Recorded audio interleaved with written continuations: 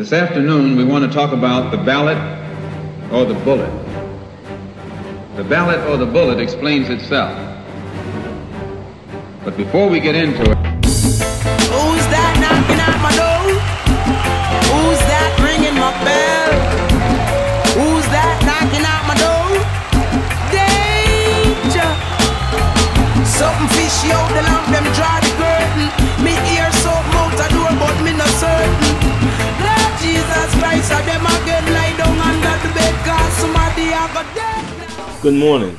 This is Keita with the Black Agenda Morning Shot for Thursday, October 21st, 2010. And in another day in Babylon, we have yet another shooting of another young black male by police officers. In this case, 20-year-old Danroy Henry Jr., a football player for Pace University, was shot and killed by New York police officers in Danroy, New York this past weekend. Henry, from Eastern Massachusetts, was driving along with a friend, Brendan Cox, as police were attempting to break up a brawl occurring outside of a Finnegan's nightclub. According to Brendan, a police officer banged on the hood of the car to order it to move as it was parked. An officer then ran in front of the car with his gun drawn and fired in the vehicle. DJ was shot several times, then pulled from out of the car, handcuffed and left on the ground for 15 to 20 minutes. He later died in the hospital. Cox was also shot and handcuffed. Both were model students and athletes. Take a look at the CNN interview with Donna Parks, the mother of Brendan Cox, and pay keen note to the callous attitude of the interviewer during this take. And the police officer tapped on the window. So DJ felt like they wanted him to move the car. So he started to move the car because that's what he thought that the police officer wanted him to do. Let me interrupt you because to explain, according to police, this car was in the fire lane. And so you're saying that the police were tapping on the window and DJ and Brandon thought they just needed to move out of the way. Exactly, yeah. And then what happened? So they were moving out of the way because he tapped on the window. DJ felt like he says, oh, they want me to move. So he moved the car, and then another police officer with his guns drawn just ran out in front of DJ's car. He did not have time to assess what was happening. All of a sudden, Brandon says that they were just shooting. They had their guns drawn and just started shooting. They jumped out in front of the car. He didn't have time to stop.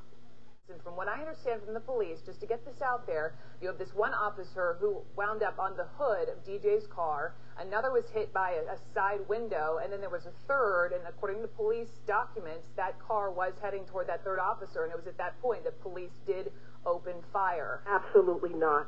You say no?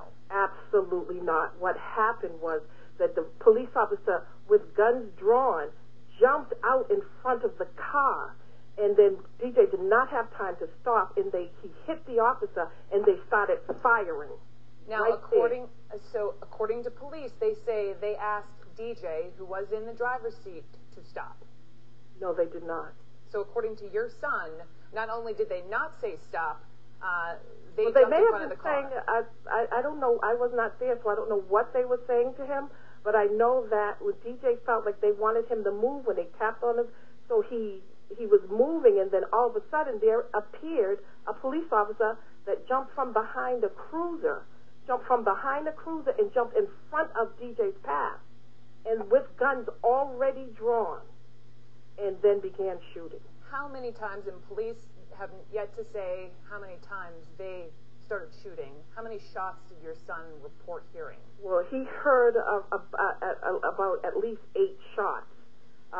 DJ was shot several times, and my son was shot once. And then what happened? They were shot. What did police do immediately after? And they pulled DJ out of the car, handcuffed him, put him face down on the ground, and left him there for 15 to 20 minutes while they attended to the police officer.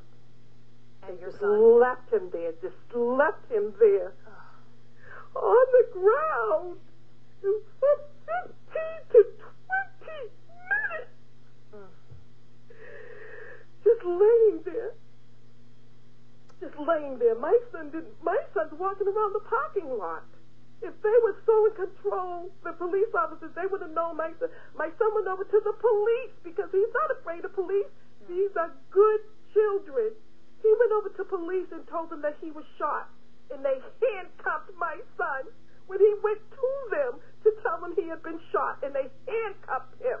Unfortunately, in our attempts to reach out to police, we cannot independently confirm that from Mount Pleasant Police, so we'll take your word for it. Again, according to your son, that they handcuffed DJ, who eventually died at the hospital. Donna, let me ask you this. Has your son, Brandon, shared his story with police? No, he has not. And why hasn't he? Because he was told not to say anything until he gets counsel by myself and my husband. Would he not, though, in cooperating with police, help this investigation and in a way honor his friend? He is going to cooperate because he wants to know how good, and we all want them to know what a good person DJ and Brandon is. They have done everything that we as parents have asked them to do. They work hard in school. They're in college. They're athletes. They have a squeaky clean. They have not a record at all. No record. These aren't the kind of kids who get in trouble and collect. No. Never ever been arrested.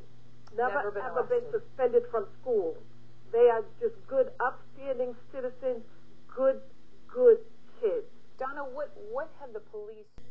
There isn't really much more to say that hasn't already been said about these kind of cases of police brutality against black people.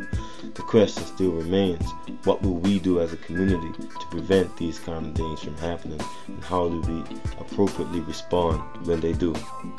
This has been Keto with the Black Agenda Morning Shot for Thursday, October 21st, 2010. Fight the power.